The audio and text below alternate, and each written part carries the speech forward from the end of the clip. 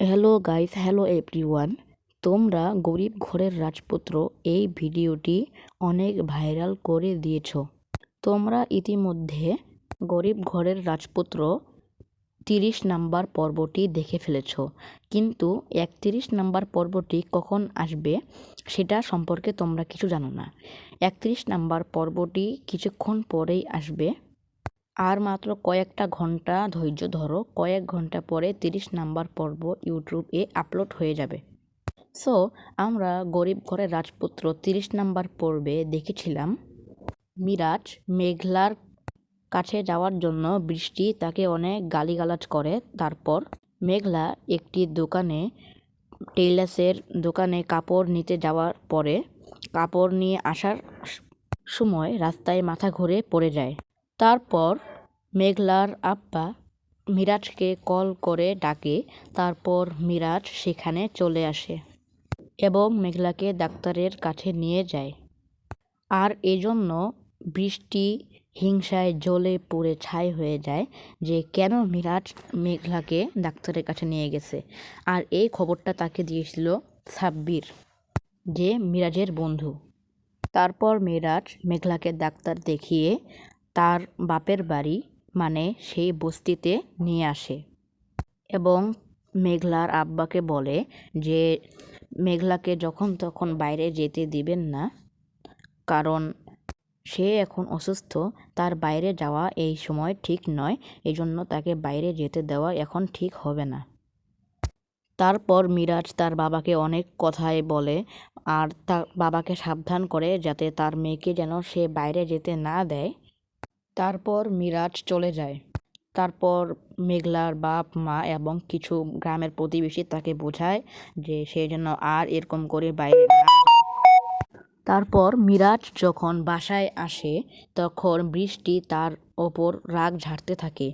বৃষ্টি তার উপর রাগ করেছিল কারণ সে মেঘলাকে ডাক্তারের কাছে নিয়ে গেছে এবং মেঘলাকে সে দেখতে গিয়েছিল সে ঠিক আছে কি না। কারণ বৃষ্টি মেঘলাকে সহ্য করতে পারে না, কারণ মিরাজের প্রথম স্ত্রী হওয়ার কারণে। বৃষ্টি চায় না যে সে সতীনের সংসার করুক, এজন্য সে মেঘলাকে একদমই সহ্য করতে পারে না। এজন্য সে মিরাজকে অনেক গালিগালাজ এবং বকাবকিও করে। তারপর বৃষ্টির বাবাও তাকে বোঝায়। তারপর সে সেই সময়ের জন্য শান্ত হয়ে যায়। কিন্তু বৃষ্টি যখন ঘুমিয়ে যায় রাতের বেলা, তারপর মিরাজ তাকে না বলেই বৃষ্টিকে ফোন দেয় কথা বলার জন্য।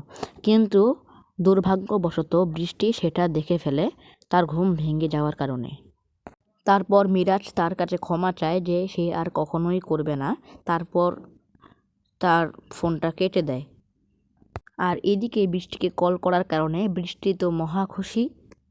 সরি, বৃষ্টি নয়, মেঘলা। এদিকে মেঘলাকে কল করার জন্য মেঘলা তো বহুত খুশি। তারপর সে তার বাবা মাকে ডেকে বলে যে মিরাজ ফোন করেছিল, ফোন করে বলল যে আমার শরীরের অবস্থা কেমন, আমার খোঁজ খবর নিয়েছিল। এদিকে মিরাজের শ্বশুর শাশুড়ি মানে মেঘলার বাবা মাও অনেক খুশি যে তাদের জামাই তাদের মেয়েকে অনেক খোঁজ খবর নিচ্ছে। তারপর সে রাতটা চলে যায়। তারপরে তাদের ম্যানেজার মানে রমজান সাহেবকে মিরাজ এবং মেঘলা ডাকে। তারপর রমজান সাহেব আসে, তারপরে বলে যে আমি তো ওই চাকরি ছেড়ে দিয়েছি। তারপরে মিরাজ তারপরে তাকে বলে যে আপনি সেই চাকরি করবেন এবং আমরা সেই বুড়ো লোকটাকে ধরে নিয়ে আসবো। সেই বুড়ো লোকটা, যেই বুড়ো লোকটা মেঘলাকে বাদ দিয়ে একটি নতুন মেয়েকে নিয়ে এসেছে শালিকা বিল্ডার্স গ্রুপের একমাত্র মেয়ে হিসেবে। তারপর সেই বুড়ো লোকটাকে তারা ধরে নিয়ে আসে। তারপর তার মাথায় বন্দুক ঠেকিয়ে বলে, তাকে ভয় দেখায় যে সত্যি কথা বল, শালিমা বিল্ডার্স গ্রুপের একমাত্র মেয়ে কে। তখন সে সত্যি কথা বলে দেয় যে সেই মেয়েটিকে সে টাকার জন্য নিয়ে এসেছে, তাকে কিছু টাকা দেওয়া হয়েছে, তার এজন্য সে এই মেয়েটিকে সরিয়ে ওই মেয়েটিকে নিয়ে এসেছে, মানে মেঘলাকে সরিয়ে একটি নতুন মেয়েকে নিয়ে এসেছে। তারপর সে সব স্বীকার করে যে শালিমা বিল্ডার্স গ্রুপের একমাত্র উত্তরাধিকারী শুধু একমাত্র মেঘলাই। এখানেই 30 নাম্বার পর্বটি শেষ হয়ে যায়।